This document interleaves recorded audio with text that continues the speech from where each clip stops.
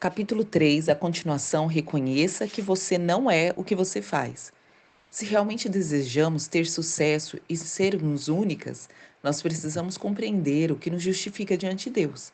Efésios 2, 8 e 9 faz uma declaração extraordinária sobre isso. Diz assim: Pois vocês são salvos pela graça, por meio da fé.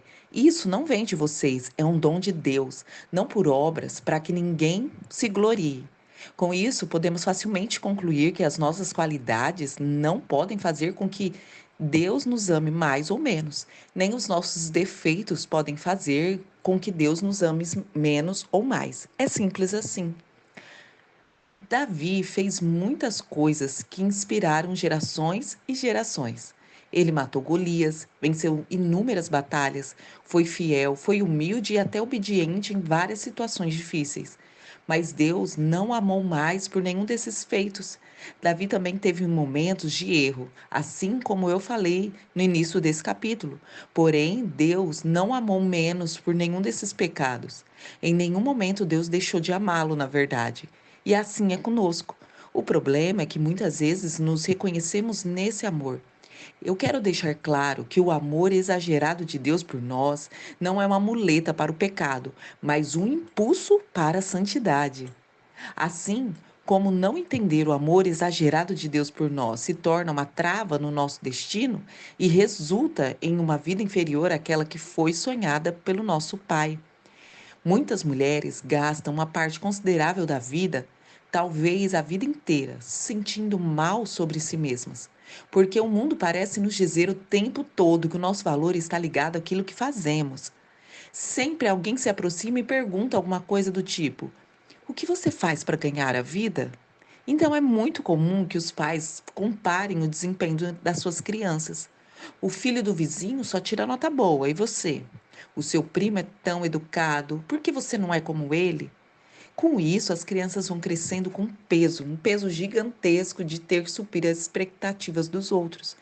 Quando se tornam adultos, eles pensam que somente serão aceitos pelos outros e até por Deus se fizerem algo muito importante. E esse tipo de comparação só deixa as pessoas esgotadas, exaustas e confusas, em alguns casos até mentalmente doentes. É por isso que os consultórios de psicologia, psiquiatria estão lotados. No fundo, essas pessoas só querem desabafar, abrir o coração para alguém que as estenda a mão e sem tecer uma crítica sequer. Querem se sentir acolhidas, querem se sentir aceitas. Como não receberam a afirmação de seus pais ou familiares na infância, então elas se sentem profundamente imperfeitas e insatisfeitas na vida adulta. Isso pode começar ainda na pré-adolescência. E se esse sentimento de falta de amor for persistente, pode causar danos terríveis por toda a vida. No entanto, Deus tem algo muito maior para nós. Hebreus 4, 15 e 16 diz: Pois não temos um sumo sacerdote que não possa compadecer-se das nossas fraquezas, mas sim alguém que, como nós, passou por todo tipo de tentação, porém sem pecado. Assim, aproximemo-nos do trono da graça com toda a confiança, a fim de receber a misericórdia e encontrarmos graça que nos ajuda no momento de necessidade. Então, existem algumas palavras-chave nesse texto: compadecer, graça, confiança, receber e misericórdia. Aqui vai a verdade maravilhosa que irá transformar a sua vida. Jesus entende você. Ele nos entende e se compadece até quando não nos entendemos. Porque ele vê o que está atrás de tudo, ele vê o coração. As pessoas só veem o que fazemos. Jesus sabe por que fazemos. Ele olha os nossos olhos e se lembra de todas as feridas e dores emocionais que sofremos no passado. Ele sabe e conhece cada medo nosso, cada insegurança, cada dúvida e pensamento distorcido que temos a respeito de nós mesmas. Jesus entende você, ele conhece a sua história, ele aceita você por quem você é e não pela sua performance. Isso é maravilhoso. A verdade é que a aceitação de Deus está fundamentada no desempenho de Jesus e não no nosso. Você não é a única porque faz algo especial para Deus. Isso é graça. É impossível merecer esse favor. Caso contrário, não seria favor, não é mesmo? Um favor é algo que alguém faz por bondade a você e não porque você merece. Vamos ver um detalhe de uma parte muito importante da história de Davi. Davi colocou Urias à frente do exército para combater o inimigo no campo de batalha, porque Davi queria usurpar a mulher dele, Batseba. Mesmo tendo todas as mulheres solteiras do reino à sua disposição, além das suas esposas, que já eram dele, veio a ele então o profeta Natã e o exortou. Veja o que aconteceu quando Davi caiu em si.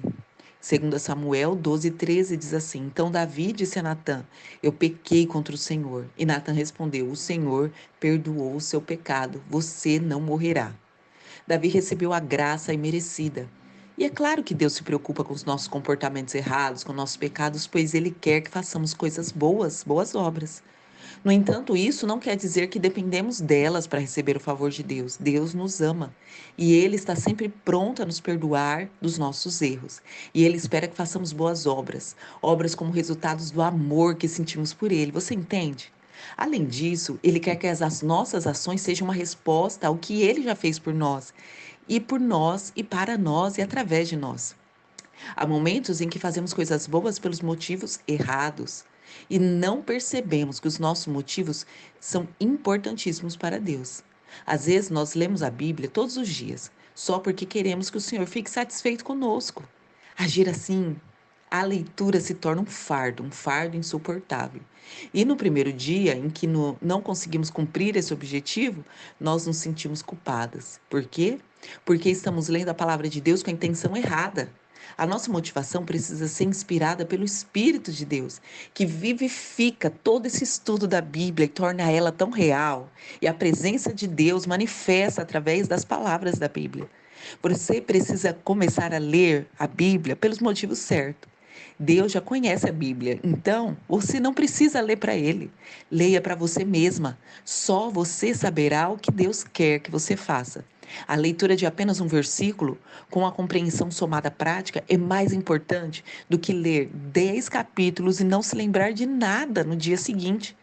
Cuidado para não levar e ficar tão envolvido em fazer, terminar, que se esquece de ser. Nós somos chamadas de seres humanos porque devemos ser. Caso contrário, seríamos chamados de fazeres humanos. Lembre-se de que precisamos também guardar o nosso coração. Precisamos ter muito cuidado com as necessidades que possam se tornar desenfreadas. Eu sou muito adepta de conhecer, de aprender tudo o que puder, mas não permito que a minha educação faça de mim uma pessoa orgulhosa. Deus não nos usa porque somos instruídas, mas porque o nosso coração está envolto nele. Você pode ter a voz linda, pode cantar bem, contudo, Deus não irá usar você por causa da sua voz. Para Deus, o que importa mesmo é o seu coração. Guarde o seu coração. Eu já estudei tanto. Eu fiz 2 graduações, fiz direito, sociologia, tinha semestre em que eu pagava 14 cadeiras na universidade. Quando uma delas entrava em greve, todo mundo reclamava e eu dava glória a Deus, porque seria um tempo para eu descansar a mente. Depois eu inventei de fazer uma pós-graduação antes de terminar a graduação, imagina. Eu era a única aluna não graduada que fazia uma pós-graduação. Eles me aceitaram por causa do meu currículo, mas nada do que eu estudei fez Deus me usar mais ou menos. Deus não nos usa por causa das nossas instruções, Ele nos usa por causa do nosso coração. Então, acredito que o que faz a diferença na minha vida e na sua é o favor de Deus ter alcançado a nossa vida. Foi quando eu o amei, foi quando nós o amamos, quando queríamos servi-lo, quando nós somos capazes de abrir mão de tantos sonhos só para fazer os sonhos dele. Pare então de se sentir condenada e fracassada o tempo todo por causa do seu desempenho. Em vez de ficar olhando o que está errado em você, comece a desenvolver um relacionamento com Deus. Há muitas mulheres que, quando vão orar, passam a maior parte do tempo contando para Deus como são terríveis, gastam tempo se lamentando por serem assim. Aí no final elas prometem melhorar, porém nunca conseguem. Romanos 8:1 diz que já não há condenação para os que estão em Cristo Jesus.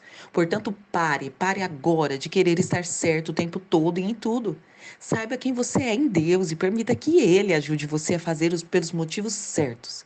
Se você ficar pensando que Deus aceita você pelo que você faz, quando falhar, vai se sentir rejeitada. Já pensou nisso?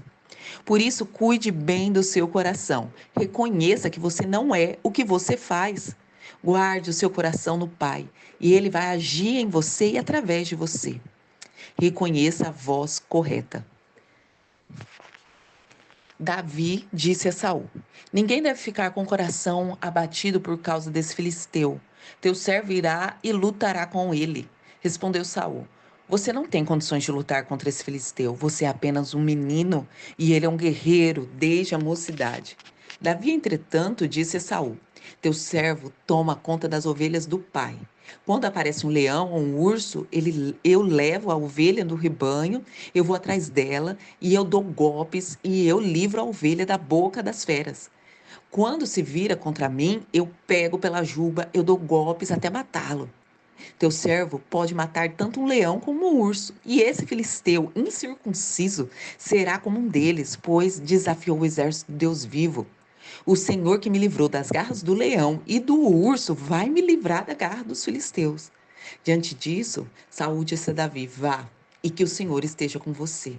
Então Davi vestiu com a sua própria túnica, colocou-lhe uma armadura. Então Saúl vestiu com a sua própria túnica, colocou uma armadura, um capacete de bronze. Davi prendeu a sua espada sobre a túnica e tentou andar, pois não estava acostumado com aquilo, e disse a Saúl: Eu não consigo andar com isso, pois eu não estou acostumado. Então tirou tudo aquilo e em seguida pegou o seu cajado. Escolheu no riacho 5 pedras lisas, colocou na bolsa, isto é, no seu alforje de pastor, e com a sua tiradeira na mão aproximou-se do filisteu. Enquanto isso, o filisteu, com seu escudeiro à frente, vinha se aproximando de Davi.